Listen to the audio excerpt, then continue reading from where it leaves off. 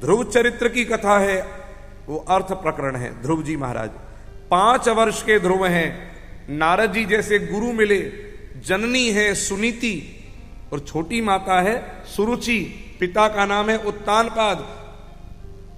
सुरुचि छोटी माता के कठोर वचनों से हृदय भिंद गया और वह ध्रुव अपनी माता सुनीति के पास जाकर रोते हैं कि मुझे मेरे पिता की गोद में नहीं बैठने दिया। मेरी छोटी माँ का बेटा, मेरा भाई छोटा उत्तम, वो बैठा हुआ था पिता की गोद में और मुझे मां ने नहीं बैठने दिया। तो कहा चिंता ना कर, वो छोटा भाई है इसलिए छोटे पिता की गोद में बैठा है, तू तो बड़ा भाई है, तू छोटे पिता की गोद में नहीं बैठेगा, तू जगत पिता भगवान की गोद में बैठने का अधिकारी बनेगा। और जा तपस्या कर भगवान की, जब तक भगवान का दर्शन ना करे लौट के मत आना। मां बच्चे की पहली गुरु है। चल पड़े ध्रुव। कहां से चले? कानपुर के पास एक गांव, एक स्थान है, उसका नाम है बिठूर। वहां से चले, इसको संस्कृत में ब्रह्मावर्त कहते हैं। और वहां से चल करके मथुरा की ओर चल पड़े। भगवान ने देखा मेरा चेला बिल्कुल मजबूत है, ये मेरी प्राप्ति कैसे करे, इसके लिए गुरु चाहिए, बिना गुरु के मेरी प्राप्ति नहीं हो सकती। तो नारद जी को प्रेरणा करके भेजा, नारद जाओ इसको अपना चेला बना लो। ध्रुव जी महाराज के पास में गए, परिचय पूछा, ध्रुव ने अपना परिचय दिया। नारद जी ने कहा कहां जा रहे हो? बोले प्रणाम करता हूं भगवान, मैं भगवान का दर्शन करने जा रहा हूं। परीक्षा ली नारद जी ने, 1000 साल तो मुझे हो गए वीणा बजाते बजाते, आज तक भगवान को दर्शन ना भयो। तो तुम्हें कहां से है जाएगा? बोले मैं तो करके आऊंगा। दुनिया का सिद्धांत है डू और डाई, ध्रुव जी का सिद्धांत था डू बिफोर डाई, मरने से पहले करके जाना है। जब इतना संकल्प मजबूत है तो इनको द्वादशाक्षर मंत्र दिया, ओम लगा करके, नमो भगवते वासुदेवाय।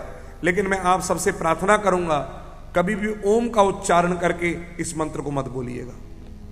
जब कभी भी इसको बोलना है, नमो भगवते वासुदेवाय, नमो भगवते वासुदेवाय, नमो भगवते वासुदेवाय, यहां पर ओम का यूज मत करिएगा। क्यों नहीं करिएगा?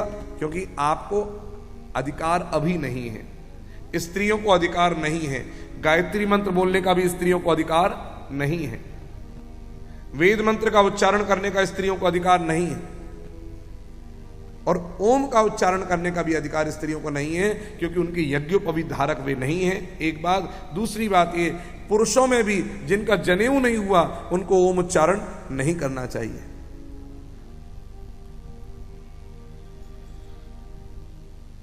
जिनके जनेऊ है, शंकर के मंत्र को भी नमः शिवाय कहें।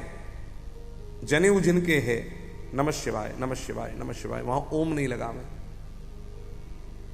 और जिनके जनेऊ नहीं है, चाहे वह स्त्री हो चाहे वह पुरुष हो, वो नमः शिवाय भी ना बोले, शिवाय नमः उल्टा कर दे, शिवाय नमः। ये शिव पुराण की मैं बात बता रहा हूं, शिवाय नमः। दूसरी बात ये कि अगर कोई गायत्री करता है और अब उसको हमने कह दिया और उसको हमारी बात जच रही है, तो कहे कि हम छोड़े तो करें क्या फिर?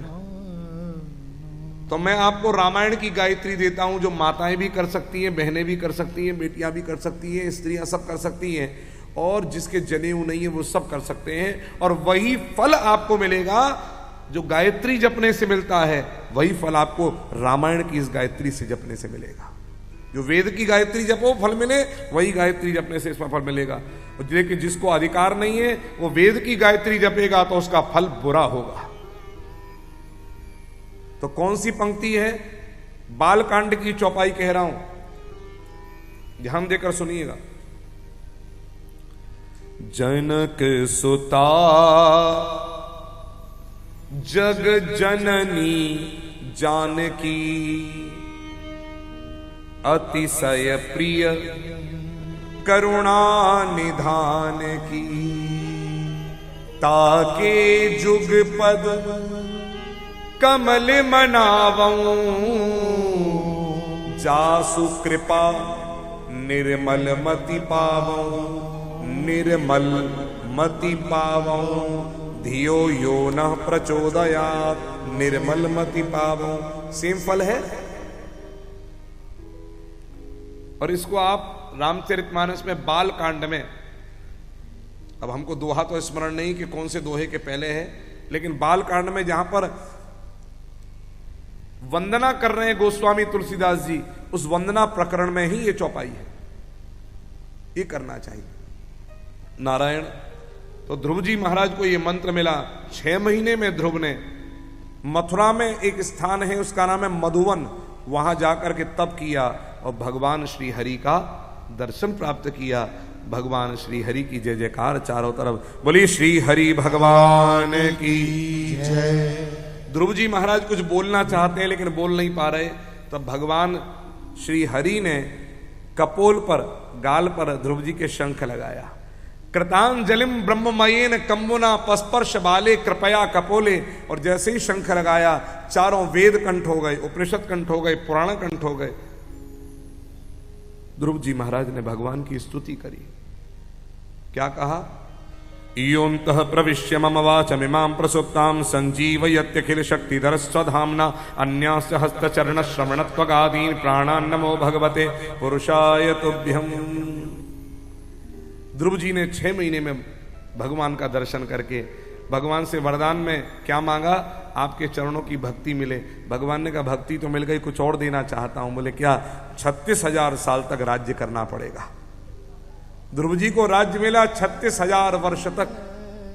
अरे कंजूस देगा तो कंजूसी से देगा, और उदार देगा तो उदारता से देगा। और हमारे राम जी से बड़ा उदार, श्री हरि से बड़ा उदार सारे त्रिलोकी में है कौन जो इतना दे सके? ऐसो को उदार जग माही, बिनु सेवा जो द्रवहि दीन पद राम सरिस सो नाही। जो संपदा शिव रावण ही दीन दिए दसमात, सोई संपदा विभीषण ही सकुच दीन रघुनाथ। कहु लंकेश सहित परिवारा, कुशल कुठार बास तुम्हारा। ऐसा कौन दयालु होगा? नारायण। ध्रुव जी के बाद में आगे पृथु जी का चरित्र है। एक काम प्रकरण है। काम प्रकरण किसे कहते हैं? पृथु जी महाराज ने कामनाओं की जिनसे पूर्ति हो, तो पृथु जी भी नारायण के 24 अवतारों में एक अवतार है। इनने क्या किया? इनकी पत्नी का नाम अर्ची महारानी। पृथु और अर्ची। बोलो लक्ष्मी नारायण भगवान की जय। पृथु जी महाराज ने क्या किया? मैन्युअल खेती, ये इसकी शुरुआत की। पहले खेती ऑटोमेटिक होती थी, अपने आप धरती से अन्न पैदा होता था, जो चाहो वो मिलता था। लेकिन मैन्युअल खेती की शुरुआत भगवान पृथु ने करी। और एक भी ऐसी चीज बताओ जो धरती से पैदा नहीं होती हो। कोई वस्तु है जो धरती से पैदा नहीं होती हो? लोहा, कांसा, लकड़ी सब धरती से पैदा हो रही है। नारायण। और इन्हीं पृथु जी ने नागरीय व्यवस्था का विभाजन किया, अलग अलग नगर बसाए। और आगे चल करके मोक्ष प्रकरण है, उसमें पुरंजनोपाख्यान है। पशुओं की बलि नहीं चढ़ानी चाहिए, इसका व्याख्यान यहां पर किया है। चाहे गुवाहाटी में कामाख्या है जहां बलि चढ़ती है, वह भी गलत।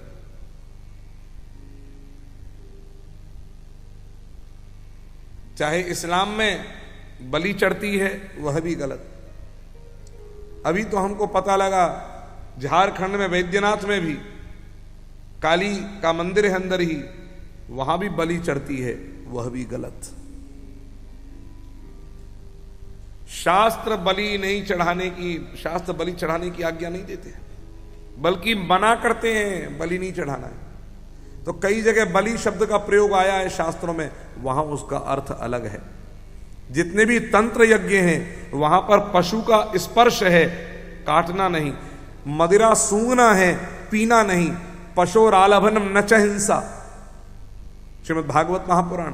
और महाभारत जैसे 1 लाख श्लोकों वाले ग्रंथ में स्पष्ट रूप से कहा गया है कि ये मदिरा पीना, ये बलि चढ़ाना, ये सब धूर्तों के द्वारा चलाया गया है, वेदों के द्वारा प्रतिपादित नहीं है। सुरा मत्स्या पशोर मांसम द्विजातीनाम बलिस्तथा धूर्त ही प्रवर्तितम यज्ञ नहीं तद वेदेशु कथ्यते। महाभारत शांति पर्व। इसी के साथ में पंचम पुष्प श्री राधा, चतुर्थ पुष्प श्री राधा माधव योगेश सरकार के चरणों में समर्पित पंचम स्कंद, जिसमें मुख्य रूप से भूगोल और खगोल का वर्णन है। धरती कितनी बड़ी है इसका पूरा वर्णन है। 50 कोटि विस्तृतेयम धरणी, 50 करोड़ योजन विस्तार वाली यह धरती है। और कैसी है? कमल पत्र के समान, कमल पत्र के समान। महाराज देखो, आप कहेंगे कि 50 करोड़ योजन, आज का मॉडर्न साइंस तो ये नहीं कहता, तो फिर इसको कैसे समझें? तो मैं आप लोगों से कहता हूं, भूगोल का जो मेजरमेंट है वो केवल हम लोगों के हिसाब से नहीं चल सकता कि आपके कि मेरे, इस हिसाब से भूगोल का मेजरमेंट नहीं चल सकता। क्यों? यहां मेढक भी रहते हैं जो इसका विस्तार अपनी क्षमता के अनुसार समझते हैं। एक तालाब का मेढक होगा, वो भूगोल कितना बड़ा है उसके लिए? एक तालाब के बराबर। और महाराज अन्य पशु भी रहते हैं, उनके अनुसार उनका भूगोल बड़ा है। इतना बड़ा जंगल मेरा है, सिंह कहता है ये मेरा एरिया है। कुत्तों का भी अपना भूगोल होता है, ये मेरा एरिया है। तो सबके अपने अपने भूगोल हैं, लेकिन भूगोल का वास्तविक विस्तार क्या होगा? मनुष्यों के लिए अलग होगा, देवताओं के लिए भूगोल अलग होगा। और वेद पुराण जब इसका वर्णन करने जाएंगे तो वो पशुओं के हिसाब से या मेढक के हिसाब से या मनुष्य के हिसाब से या देवता के हिसाब से ऐसे नहीं करेंगे, बल्कि कैसे करेंगे? पूरे ब्रह्मांड को अपने हाथ पर एक आंवले के समान देख करके इस भूगोल का विस्तार बताएंगे। आप समझ गए बात को मेरी? जब वेद पुराण शास्त्र इसका विस्तार करेंगे तो इस प्रकार करेंगे। इस भूगोल में जो 50 करोड़ योजन विस्तार वाली ये धरती है, इसमें 9 खंड हैं और 10 वर्ष हैं। एक खंड जिसको द्वीप भी कहें तो जम्बू द्वीप, हम सब रहते हैं जिसमें, उस द्वीप का नाम है जिसमें हम सब रहते हैं, जम्बू द्वीप। और इसमें 9 हजार योजन विस्तार वाले भद्राश्व, हरिवर्ष, केतुमाल, रम्यक, हिरणमय, उत्तर कुरु, किमपुरुष, भारतवर्ष, ये 9 खंड हैं। जम्बू द्वीप के अंदर ये भारत आता है। जम्बू द्वीपे भरतखंडे भारतवर्षे, एक बात। अच्छा, ये 9 खंड जो हैं ये मर्यादा के 9 पर्वतों में विभक्त हैं, जो प्रत्येक खंड की सीमा को बांधते हैं। यानी कि खंडों के बीच में पर्वत भी हैं। और 10वां खंड जो है इसका नाम इलाव्रत खंड है। इलाव्रत खंड के बीच में सुमेरु पर्वत है, जो पर्वतों का राजा है, वो रहता है। इसके पर्वत की ऊंचाई है 1 लाख योजन। 1 लाख योजन इस पर्वत की ऊंचाई है। और यह पर्वत 84,000 योजन पृथ्वी के बाहर खड़ा हुआ है और 16,000 योजन पृथ्वी के भीतर धंसा हुआ है। इसका आकार बताया। इसकी मूल की चौड़ाई है 16,000 योजन। ऊर्ध्व भाग की चौड़ाई है, मूल की चौड़ाई 16,000 और ऊर्ध्व भाग की चौड़ाई है 32,000 योजन। अच्छा, इलाव्रत खंड जिसके बारे में मैंने आपको बताया, इसमें भगवान शंकर और पार्वती रहते हैं। और यहां इलाव्रत खंड का एक मैजिक कहो, मिरेकल कहो, कुछ ऐसा है कि कोई भी मेल जेंडर जाएगा वो फीमेल हो जाएगा। ये आपको बिलीव नहीं होगा अभी, ये आपको बिलीव नहीं होगा। सुनने में अजीब सा लग रहा है कि ऐसी भी कोई जगह होगी जहां कोई मेल जेंडर जाए वो फीमेल हो जाए। बिलीव नहीं होता। अब मैं आपको एक ऐसी चीज पूछता हूं और बताता हूं, जिनको नहीं मालूम होगा उनके लिए आज आश्चर्य होगा, और जिनको मालूम होगा वो तुरंत कोरिलेट करेंगे। ऐसी कोई जगह इस पूरी धरती पर जहां कोई भी जाए, ship plane, human being, animal, वो इनविजिबल हो जाए। पता है किसी को? बरमूडा ट्रायंगल, बिल्कुल ठीक कहा, इसके लिए तालियां बजाई जाए। उस जगह का नाम है बरमूडा ट्रायंगल। अब आप एक चीज देखिए, पढ़ा इसके बारे में? नहीं पढ़ा अभी तक? पढ़ा है ना? अब एक बात विचार करके देखिए, बरमूडा ट्रायंगल के बारे में आप लोग नहीं जान रहे थे, लेकिन ऐसी जगह है जहां जाकर चीजें इनविजिबल हो जाती है। बरमूडा ट्रायंगल की खोज कब हुई? कितने साल पुराना? कब पता लगा बरमूडा ट्रायंगल के बारे में? हाँ, मान लो 200 साल, क्या 500 साल पहले? बहुत साल के लिए का मतलब, अब बहुत साल की परिभाषा सबके लिए अलग अलग होगी। बहुत साल पहले की परिभाषा सबके लिए अलग अलग होगी कि नहीं होगी? हैदराबाद में 20 साल पुरानी बात भी होगी। बोले परसों 20 साल पुरानी बात भी होगी तो परसों। अब हमारे लिए परसों तो हमारे डे बिफोर यस्टरडे परसों है, या परसों तो डे आफ्टर टुमारो, लेकिन हैदराबाद वालों के लिए परसों 25 साल 200 साल परसों। नारायण है, ऐसी जगह हो ही नहीं सकती, लेकिन जिस दिन मिली आज बिलीफ सिस्टम बन गया। यस इट इज है। ऐसे ही आज इलावर्त खंड के बारे में किसी को नहीं पता है।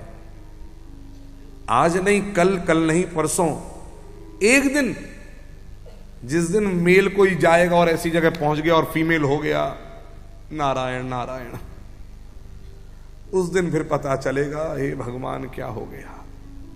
फिर क्या कहेगा? मुंह दिखाने लायक नहीं रहा कि नहीं रही? नारायण। अब वो जो कहेगा, आज नहीं पता चल रहा, इन फ्यूचर फिर हमारे वेदों पर। तो आप कहोगे क्या बरमूडा ट्रायंगल के बारे में हमारे वेदों में लिखा हुआ है? हाँ लिखा हुआ है, सनातन धर्म में, सनातन धर्म के ग्रंथों में लिखा हुआ है बरमूडा ट्रायंगल के बारे में। उसका नाम क्या है? बड़वानल, बड़वाग्नि, इस नाम से आज बरमूडा ट्रायंगल जाना जाता है। और ये कहां है? समुद्र के अंदर, एक स्थान विशेष पर। ये अग्नि है, आग है, जो नदियों का पानी गिरता है जब इसमें, तो उसको खींचती है नीचे की ओर, जलाती है, बर्न करती है। अब आप विचार करके देखिए, इतनी सारी नदियों का पानी समुद्र में गिरता है, लेकिन समुद्र में कभी बाढ़ नहीं आती। समुद्र में वाटर लेवल हमेशा बराबर सा बना रहता है। क्यों? वो बरमूडा ट्रायंगल, बड़वानल अंदर खींचता है। इसी का अपभ्रंश हो करके बरमूडा ट्रायंगल हो गया। जैसे मिथ्या का अपभ्रंश हो करके मिथ और माइथोलॉजी हो गया, ऐसे ही बड़वानल का और बड़वाग्नि का अपभ्रंश हो करके बरमूडा ट्रायंगल हो गया। ऐसे भविष्य में कभी इलावर्त खंड का भी जब पता चलेगा तो उसका भी नाम परिवर्तन होकर के आ जाएगा। आप समझ रहे हैं? नारायण। तो मैंने आपको ये पूरा बताया, अभी तो बहुत कुछ है, इतना बड़ा विस्तार है इस भूगोल का। और उसके बाद खगोल का विस्तार किया, आकाश में, अंतरिक्ष में कौन कितनी दूरी पर है उसके बारे में वर्णन किया, कौन की गति क्या है, कौन की स्पीड क्या है, ये सारी चीज बताई। सूर्य, चंद्र, नक्षत्र, और बाद में जाकर के नरकों का वर्णन किया। कौन प्राणी कौन कर्म करेगा, किस नरक में जाएगा, इसका वर्णन है। भैया ये याद रखना, हर किसी को अपने कर्म का फल भोगना है। अपने कर्मों का बना हुआ भाग्य जो है, उससे ज्यादा किसी को कुछ मिलने वाला नहीं।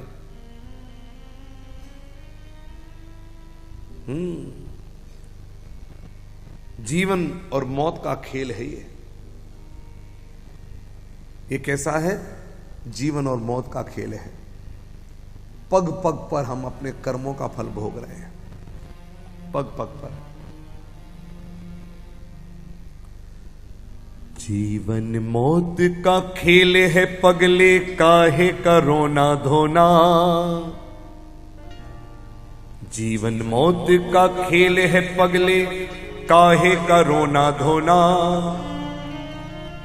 जितनी राम ने भर दी चाबी, उतना नचे खिलौना। जितनी राम ने भर दी चाबी, उतना नचे खिलौना। बोलो राम राम राम, सीता राम राम राम। बोलो राम राम राम, सीता राम राम राम। बोलो राम राम राम, बोलो राम राम राम। सीता राम राम राम, सीता राम राम राम। ओ जीवन मौत का खेल है पगले, काहे करो ना धोना। जीवन मौत का खेल है पगले, काहे करो ना धोना। जितनी राम ने भर दी चाबी, उतना नचे खिलौना। भज लो राम राम राम, सीता राम राम राम। भज लो राम राम राम, सीता राम राम राम। भज लो राम राम राम, सीता राम राम राम। भज लो राम राम राम, सीता राम राम राम। हो ऋषि मुनि क्या मुल्ला पंडित, और क्या पीर पैगंबर। खाली हाथ यहाँ से लौटे तारा और सिकंदर।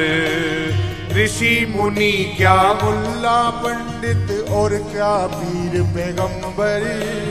खाली हाथ यहाँ से लौटे तारा और सिकंदर। साथ किसी के नहीं गया है हो, साथ किसी के नहीं गया है ये चांदी और सोना। जितनी राम ने भर दी चाबी, उतना नचे खिलौना। भज लो राम राम राम, सीता राम राम राम। भज लो राम राम राम, सीता राम राम राम। भज लो राम राम राम, सीता राम राम राम। भज लो राम राम राम, सीता राम राम राम।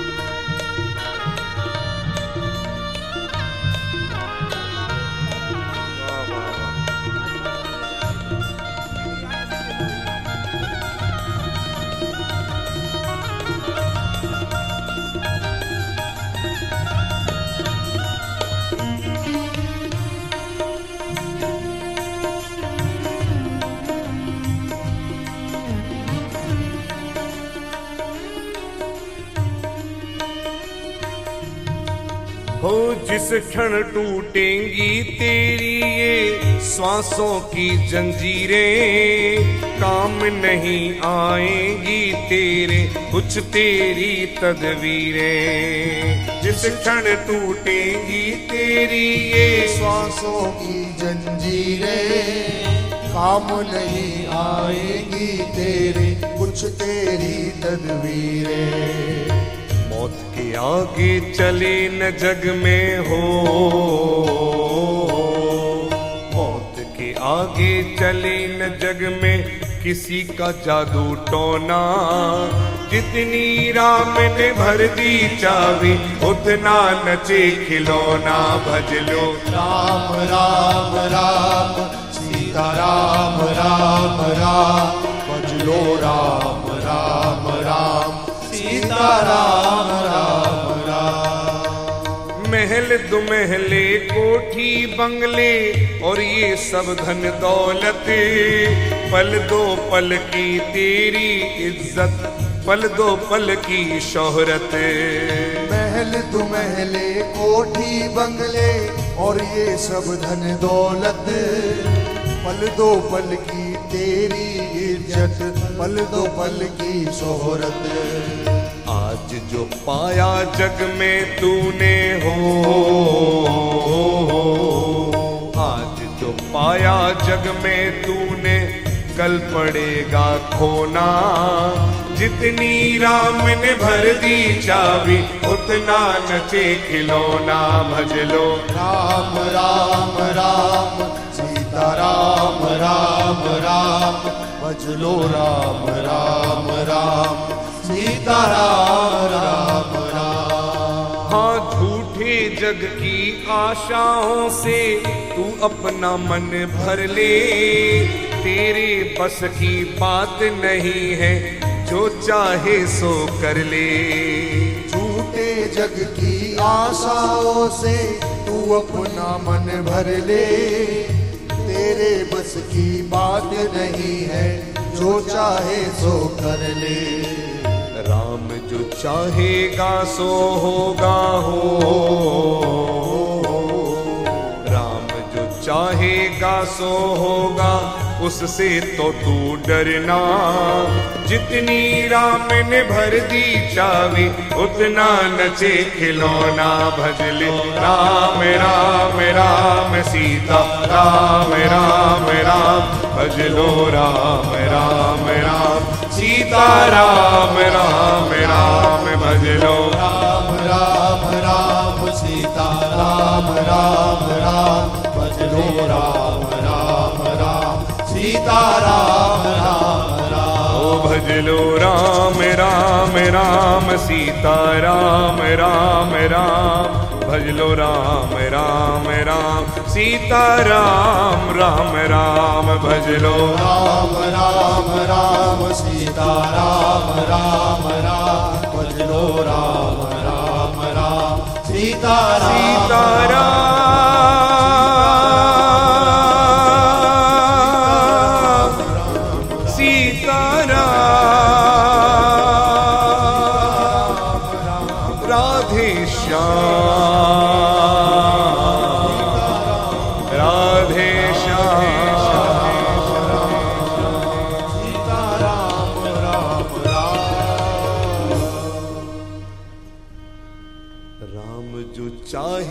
सो होगा उससे तो तू डरना। जितनी राम ने भर दी चाबी उतना नचे खिलौना। बोलिए श्री रमण बिहारी भगवान की जय। हम सबका बहुत बड़ा सौभाग्य, परम सौभाग्य। सबसे बड़ी तो बात वृंदावन धाम में ही है, पवित्र भूमि में, जो स्वयं भगवान श्री कृष्ण का अपना निज घर है। आज हम सब यहाँ पर अपने जीवन को धन्यातिधन्य करने के लिए विराजमान हुए हैं और किन्हीं न किन्हीं महापुरुष का यहाँ पर आगमन होता है, तो यह हमारे कर्मों का फल नहीं है बल्कि भगवान की कृपा का फल है। मैं आपको बहुत स्पष्ट रूप से बताऊं, संतों का दर्शन, महापुरुषों का दर्शन, ये दो कारणों से होता है। बिनु हरि कृपा मिलहि नहीं संता, और पुण्य पुंज बिनु मिलहि न संता। हमारे पुण्यों का प्रभाव है कि संत मिल जाए, या हमारे ऊपर भगवान की कृपा का वर्षण है कि हमें संत का दर्शन हो जाए। तो ये पता कैसे चले कि ये दर्शन हुआ है तो पुण्य का प्रताप है कि कृपा का प्रताप है? तो समझना, हम स्वयं जावें और किसी का दर्शन हो जाए महापुरुष का तो हमारे पुण्यों का प्रताप है, और संत स्वयं चल करके आवें तो भगवान की कृपा का प्रताप है। हमारे ब्रज के एक महान संत, बहुत अच्छे विद्वान हैं, रमण बिहारी के परम उपासक, परम पूज्य, परम श्रद्धेय कारष्णी श्री गुरु शरणानंद जी महाराज, उन्हीं के परम कृपा पात्र, जिनके प्रति हम अपने हृदय में मित्र भाव, भ्रातृ भाव रखते हैं। ऐसे हमारे काशनी श्री नागेंद्र दत्त जी महाराज यहाँ पर उन्हीं के कृपा पात्र शिष्य आए हैं। हम बड़े प्रेम से उनका अनुराग हृदय स्वागत करते हैं। नारायण, वहां भी पड़ोसी है, यहां भी पड़ोस में है। और अभी इन्होंने अपना योगीशा धाम, बिहारी का नगला, ब्रज 84 कोस की यात्रा में योगीशा तीर्थ स्थल के नाम से बड़ा सुंदर स्थान, जहां पर अभी बहुत विशाल एक यज्ञ का आयोजन हुआ, श्री लक्ष्मी नारायण यज्ञ का। और देखो, गुरु परंपरा में हमें अपने गुरु के जो शुद्ध सात्विक भाव से निर्मित कृत्य हैं उनको अपने जीवन में जरूर उतारना चाहिए। तो परम पूज्य रमणरीति वाले महाराज जी, वहां पर आज भी ब्रह्मांड घाट पर आरती होती है, तो उन्होंने यमुना में दीपक प्रज्वलित करके प्रवाहित किए। वो दीपक बताओ किस चीज के थे जानते हो? आटे के। आटे के दीपक बनाए। अच्छा, हमको आटे के दीपक बने हुए तो दिखे, प्रज्वलित होते हुए भी दिखे, प्रवाहित होते हुए भी दिखे, खुद हमने भी प्रवाहित अपने हाथ से किया, लेकिन दीपक बने हुए दिखे, बनते हुए नहीं दिखे थे। वो बनते हुए हमने उन्हीं के कृपा पात्र शिष्य के योगीशा तीर्थ में देखे, कटोरी में किस प्रकार से आटे को लेकर के वो बनाया जा रहा है, और दीपक आटे का, और बना करके बड़ा मेहनत लगती है महाराज जी, सुखाया जाता है, और फिर उसके बाद जब दीपक में घी भर करके और दीपक प्रज्वलित करके प्रवाहित किया जाता है, दो फायदे। एक तो देव नदी दूषित नहीं होती, गंदी नहीं होगी, नहीं तो मिट्टी है और न जाने किस किस के, और दीपक जब तक प्रज्वलित है, प्रज्वलित रहा, और दीपक बाद में शांत भी हो गया, घी खत्म होने पर बाती खत्म हो गई, तो अभी चिंता ना करो। क्यों? जितनी मछलियां हैं, जितने जलचर हैं, वो आटे को खा करके अपना जीवन यापन भी कर लेंगे। एक पंथ दो दो काज हमारे हो रहे हैं। कितनी विलक्षण चीज है ये, सब सीखने योग्य है। हमने तो ये चर्चा अहमदगढ़ में भी करी, आटे के दीपक की चर्चा। ये बैठे अहमदगढ़ वाले भी, हमने वहां भी चर्चा करी। नारायण, अभी आपकी वाणी भी हमें सुनने को मिलेगी। अब हम कथा के प्रवाह को और तीव्र गति से आगे लेकर के चलें। चर्चा हो रही थी, जो जैसा करेगा उसे वैसा ही दंड मिलेगा। इसके लिए नरकों का विधान भी भगवान ने बनाया। जैसे हमारे यहां संविधान है ना, लॉ बनता है, फांसी की सजा किस पर है, चोरी करने की सजा किस कौन से सेक्शन में आती है, अलग अलग सेक्शंस हैं। ऐसे ही परमात्मा ने भी सेक्शंस बना रखे हैं। 28 तरह के सेक्शंस भागवत में दे रखे हैं। तामिश्र, अंध तामिश्र, रौरव, महारौरव, कुंभी पाक आदि 28 हैं। कौन कैसा कर्म कर रहा है, कैसा जाएगा। लोग कहते हैं ये सब, कई लोग ऐसे नास्तिक लोग हैं, वो कहते हैं नरक वरक कुछ नहीं होता। हम कहते हैं नहीं। कोई लोग बोलते हैं यहां पर ही नरक स्वर्ग है, हम उसको डिनाई नहीं करते कि यहां पर नरक स्वर्ग है। हम कहते हैं यहां भी है और वहां भी है, दोनों जगह है। यहां भी नरक स्वर्ग है और वहां भी नरक स्वर्ग है। वहां तो आपको अपने अहंकार से निर्मित सूक्ष्म देह को लेकर के आपको भोगना पड़ेगा, और यहां पर स्थूल देह के साथ में भोगना पड़ेगा। इतना ही फर्क है। आपको एक छोटा सा नरक स्वर्ग का लक्षण सुना दूं, वो सुन लीजिए। एक पिता, उसके 4 बच्चे, 4 रोटी लेकर के आया, 1 2 3 4, एक एक बेटे के लिए, कि बेटे पालेंगे। और चारों बेटे के लिए जैसे लेकर के आया, बच्चे तो भूखे थे, तुरंत बाप के हाथ से रोटी ले ली और बड़े प्रेम से सबने खाई। लाने वाले बाप को एक नहीं मिला। और एक दूसरा घर था जहां पर 4 बेटे ही थे। एक बाप बेचारा 2 रोटी कमा के ला पाया केवल। उसने तुरंत 2 रोटी में से एक एक रोटी में से आधी आधी करी 2 बेटों को, आधी आधी करी 2 बेटों को, 4 टुकड़े हो गए, चारों की थाली में रख दी। बच्चों से कहा खाओ। बच्चों ने कहा पिताजी आपने पाया अरे तुम पाओ ना, मेरा तो हो गया। हमें पता है आपने नहीं पाया होगा। रुको। चारों बच्चों ने अपने अपने रोटी में से एक एक टुकड़ा तोड़ा और तोड़ करके अपने पिता के मुख में पहले दिया, और जो बचा था वो खुद ने पाया। एक घर वो है जहां 4 रोटी लाने वाला बाप 4 बच्चों को देता है, लेकिन लाने वाले बाप को एक टुकड़ा नहीं मिलता है। जहां छीन करके रोटी खाई जा रही है वही नरक है, और जहां बांट करके रोटी खाई जा रही है वही स्वर्ग है। यही नरक और स्वर्ग का भेद है। नारायण इनसे नरकों से बचने का उपाय क्या है, इस विषय में षष्ठ स्कंद में अजामिल उपाख्यान भगवान नाम की नहीं बल्कि नामाभास की महिमा का वर्णन किया। जीवन में भगवान नाम आधार बन जाए। आप अपने घर में बच्चे हों, भगवान नाम पर नाम रखो।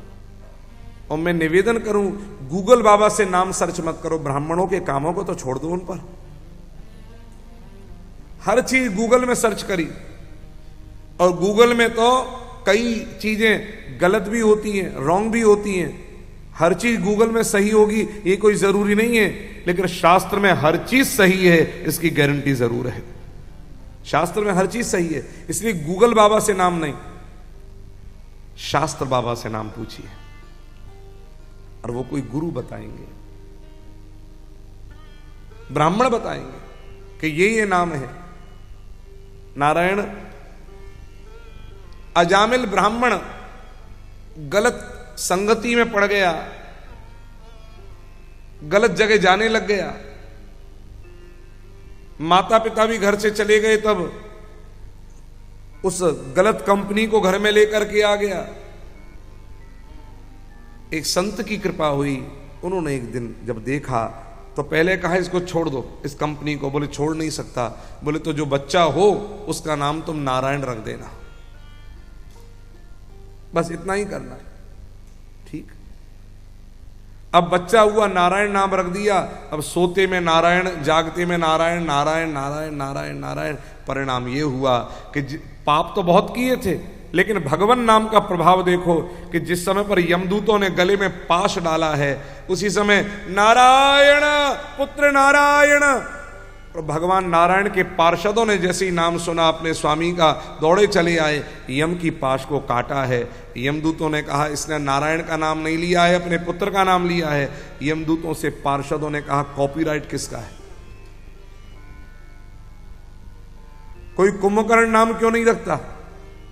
कोई रावण नाम क्यों नहीं रखता? कोई कैकेयी नाम क्यों नहीं रखता? कॉपीराइट नारायण के नाम का अगर इसने उच्चारण किया है तो हमारे नारायण का कॉपीराइट है। और मृत्यु से पहले जो हमारे नारायण का नाम ले लेता है वो यमलोक नहीं जाता, वो तो वैकुंठ लोक जाने का अधिकारी हो जाता है।